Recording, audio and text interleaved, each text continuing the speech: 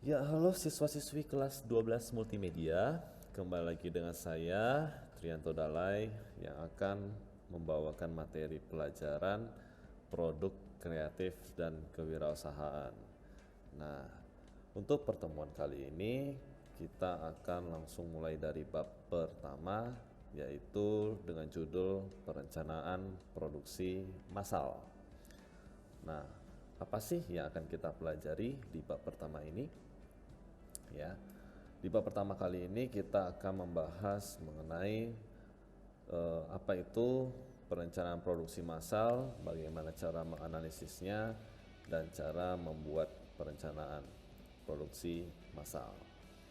Nah, adapun tujuan dari pembelajaran ini yaitu agar kalian dapat memahami apa sih produksi massal itu, bagaimana cara menentukan kasusnya, dan kalian diharapkan mampu membuat perencanaan produksi massal. Oke, langsung saja kita mulai dari pengenalan produksi massal, ya. Nah, istilah produksi massal itu dapat diartikan sebagai proses akhir pengembangan sebuah produk. Nah, seperti yang sudah pernah kita pelajari di kelas 11 kemarin tentang prototype yang memiliki arti proses awal pengembangan sebuah produk. Nah, di sini produksi massal berperan sebagai proses akhirnya, ya. Nah, produksi massal merupakan produk-produk yang sudah dijual di pasaran serta lulus uji kualitas dan kualifikasi dengan indeks penilaian yang ditetapkan, baik produsen itu sendiri atau lembaga pemerintah yang telah ditetapkan. Nah, contoh-contohnya di sini itu seperti produksi barang elektronik, ya, misalnya televisi. Ya, televisi itu yang sudah diproduksi secara massal tentunya akan melewati eh, proses uji lulus kualitas, apakah barang itu layak dijual atau tidak.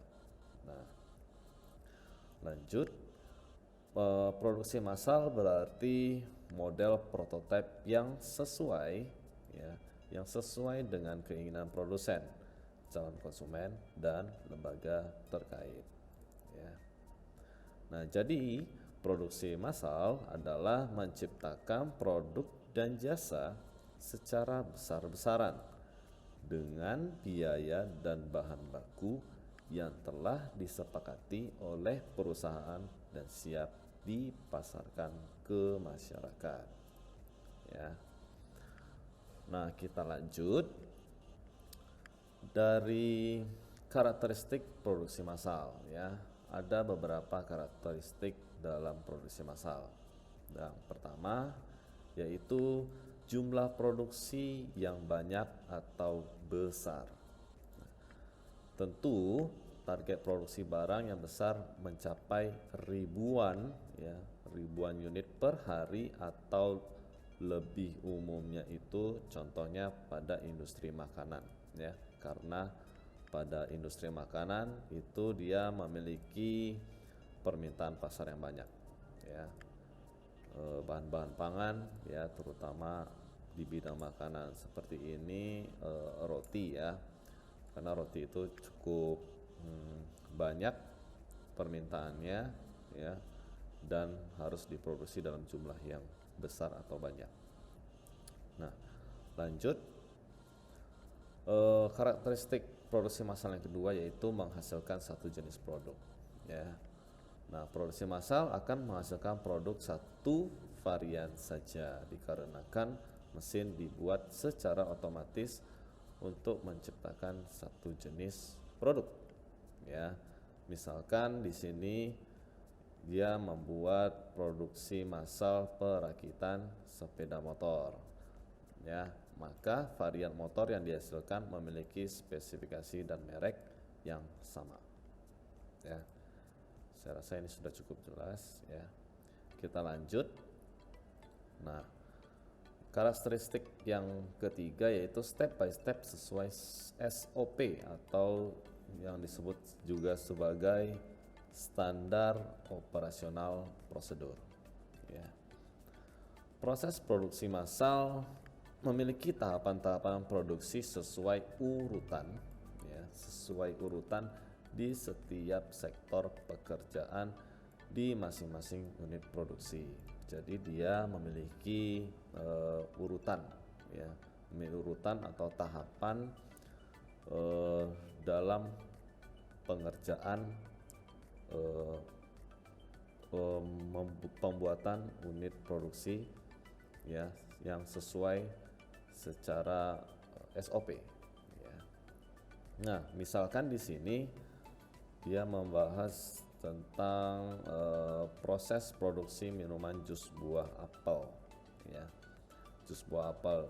Jadi jus buah apel di sini dia itu mulai meliputi dari menyediakan buah apel segar, ya, yang ada di gambar ini, dimulai dari menyediakan stok buah apel, ya, kemudian lanjut ke proses pencucian buah apel, ya. Kalau kita lihat, nah harusnya sih dia melewati ini, ya, melewati pengupasan dulu, ya, cuman gambarnya di sini tidak muncul, ya. Jadi setelah dikupas baru dia melewati proses pencucian buah apel.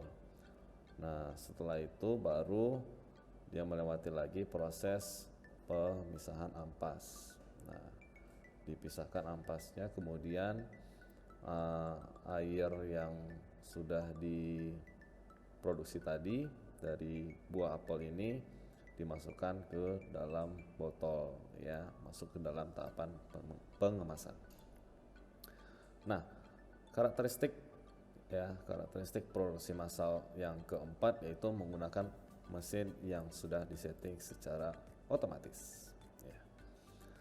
Nah, untuk mempercepat produksi massal, maka semua pengerjaan produk harus menggunakan mesin yang sudah disetting sesuai tahapan pengerjaan produk tersebut. Nah, kalau dilihat dari gambar ini, lihat penggunaan robot, ya, yang merakit mobil atau kendaraan roda 4. Nah, oke, saya rasa itu dulu untuk penjelasan pertemuan kali ini, ya.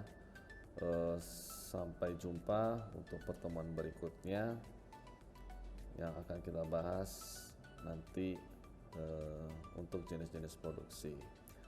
Nah, untuk jika ada pertanyaan, ya, jika ada pertanyaan atau mungkin ada penjelasan yang kurang jelas, bisa kalian nanti tulis di komentar bagian tugasnya, materialnya, ya. Oke, sampai jumpa di pertemuan berikutnya.